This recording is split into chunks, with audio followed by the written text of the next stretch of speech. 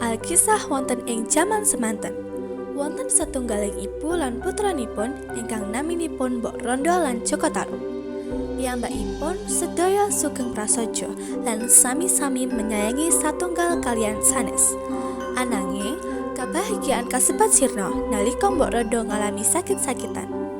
Lha kan wis dewasa, wis waktune kowe nyipati bojo dinggo manusia mengko kowe ngerti kan iku wis tuwa lan wis asing sakit-sakitan. Ibu uga rasake ajal iku wis cedhak. Uang menika kados puniku. Saka tesih dereng sakrama Bu. Langsung sae ibu manaken lumbian lan kesalahan ibu. Ora le, ibu kur pengen delok kowe bahagia karo anak bojomu. Lampun dipun bahas Bu. Bilih krama kula sinten ingkang ajeng rumah ibu. Ora le, kowe bakal ngerti sendiri. Dipun Bu. Ajeng wonten pawon ajeng telas. Ibu dereng ngedol. Kula pamit lumiyan ajeng kesah bareng ngono. Iya le, hati-hati ya. Kowe kudu mulih sadurunge surut.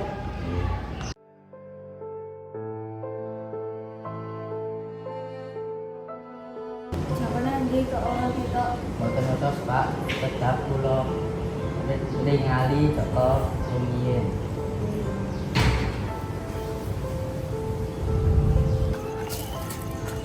Joko, ibumu sedo.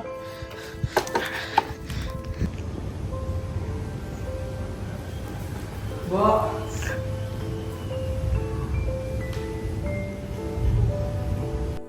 Dinten lan dinten sampun dipun langkungi. Ananging kesedihan Joko Tarub boten kunjung bibar. Saben dinten piyambakipun asring ngalamun meratapi nasib ingkang sapunika piyambakipun raosaken. wis lah dene ae kowe yo ngalamun. Mengko kowe dirasuki lho. Terlalu suwe dalam kesedihan iku ora apik.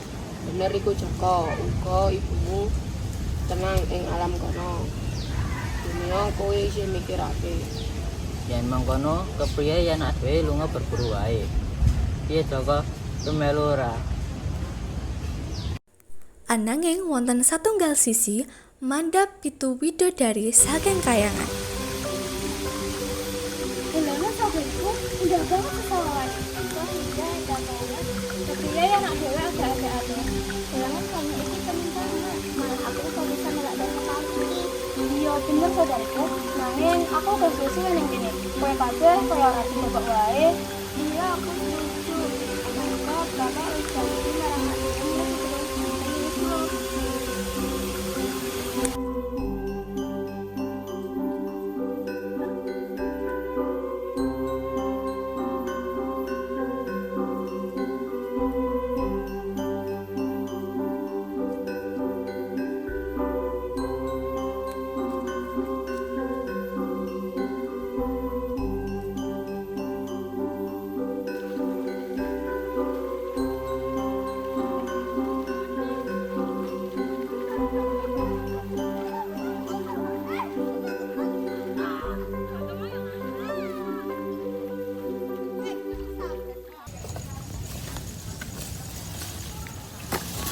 Sik. Ana apa iku? Kowe kabeh krungu ta? Kaya ana swara adzan ning selatan. Sing bener wae Joko, masa ana suara wit ngadon ing tengah alas iki. Aku ora lagi guyon. Jajal rungokno kaya ana swara adzan ning selatan. Dhewe lungae kok. Kene mulih, dhewe pasti iki sik wae ning kono ana swara adzan apa ora? Meneh uga kan iki ing tengah alas. Masa ana suara wadon ing mriki? Kan kowe ngerti ning kene kali iki ning boyone. Aku wedi nek ana apa-apa karo awake dhewe. Ya wis kowe kabeh mulih ya, aku ameh ngerti dhewe. Joko Tarub pungkasanipun kesah dhateng arah Lepen. Sasampunipun dumugi, Joko Tarub mlampah kalih ndelik wonten watu-watu. Terpukaunipun Joko Tarub kala piyambakipun sumerep wonten pitu widodari elok ingkang dolanan wonten Lepen. Tak sampunipun sumerep widodari kasebat, Joko Tarub nyemot wasiat ibunipun supados piyambakipun enggal gadah pasangan. Saudariku, awake dino wis suwet peteng, kepiye awak dhewe bali nang kayangan saiki? Ya saya tetep ya bali.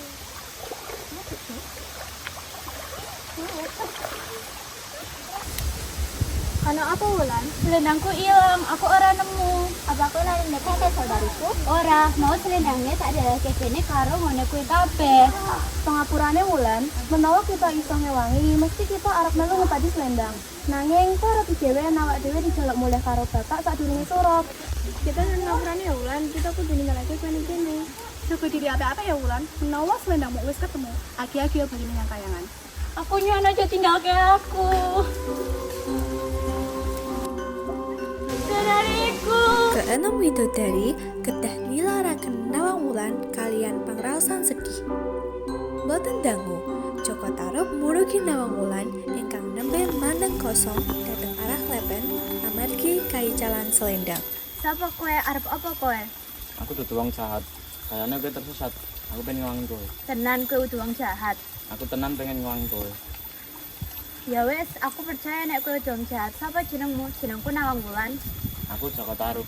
Kepriye bisa kowe tekan ning kene? Sebenarnya aku mudhun saka kayangan. Ananging pas aku atus karo 6 sedulurku, aku kelangan selendangku. Aku ora ngerti kudu kepriye. Menawa kowe butuh kawan tanggon, omahku ana ing sawal kono. Kowe bisa nginep sawentara lan aku bisa nginep ing omah kancaku kanggo mangan ing kono. Sampeyan ngertos mboten Joko dipun kilar kalih ibune. Padahal kan dereng rapi. Iya, padahal umure 30 tahun. Mungkin dalam kepagi jodohipun. Sanes punika Joko Tarub lajengipun sapa perawan niku? Sampun ibu, ampun ngomong ke tiang sanes. Joko sapa leneng samping Pak Iba? Iki Nawang Wulan. Wis samestine awakmu ngupadi cari bojo. Terus langsung wae. Isine kok kedu, bapak bojo sing ayu iku. Kula pamit rumiyin. Sak sampunipun pinten-pinten wulan, kasunyatanipun Nawang Wulan wiwit nyaman lan kulinten manggen wonten bumi. Boten disangka kasunyatanipun piyambakipun gadah raos kalih Joko Tarub lan kosok wangsulipun. Sak sampunipun sami-sami medhoraken pangraosan piyambakipun sedaya lan pungkasanipun medhotaken kangge enggal krama. Sak sampunipun kalih warsa krama, piyambakipun sedaya dipun paringi putra estri ingkang naminipun Nawangsih. Bu, tolong gak ana kopi. Sore-sore ngene iki nek ngopi. Yo, sabar sik, Pak. Pancen rezekirane nendi. Bisa oleh widodari si ayu, duwe anak si ayu kaya Nawangsih iku. Ra bosen to Pak Medina ngopi terus. Ya ora to, sing gaene bojone dhewe. Oh iya Pak, iku berasnya entek. Neng lumbung beras cek ana kok, Bu. Wingi bar dikirimi sak ember. Wes tak tilikane sik. Ya. Joko Tarub kesupen menawi piyambakipun ndelikake slendang curianipun wonten lebet lembung wos. Nawang Wulan mlebet lan kaget amargi manggihaken slendang warni jambon persis kalih slendangipun ingkang ical.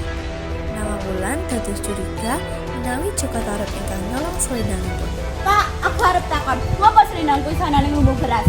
Lah ngopo to? Aku ora ngerti apa serono. Alah, rasa ngapusi. Tak bila-bila nih ra bali ning kayangan jebul sing ndikok selendangku bojoku dhewe.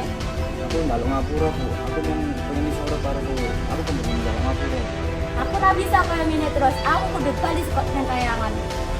Lan karo Nawangsih rasa kuwatir. Aku tetep nglakokke kewajibanku dadi. Kok dhek nang tempat awake dhewe pertama kali ketemu lan aja nemoni aku meneh. Wulan.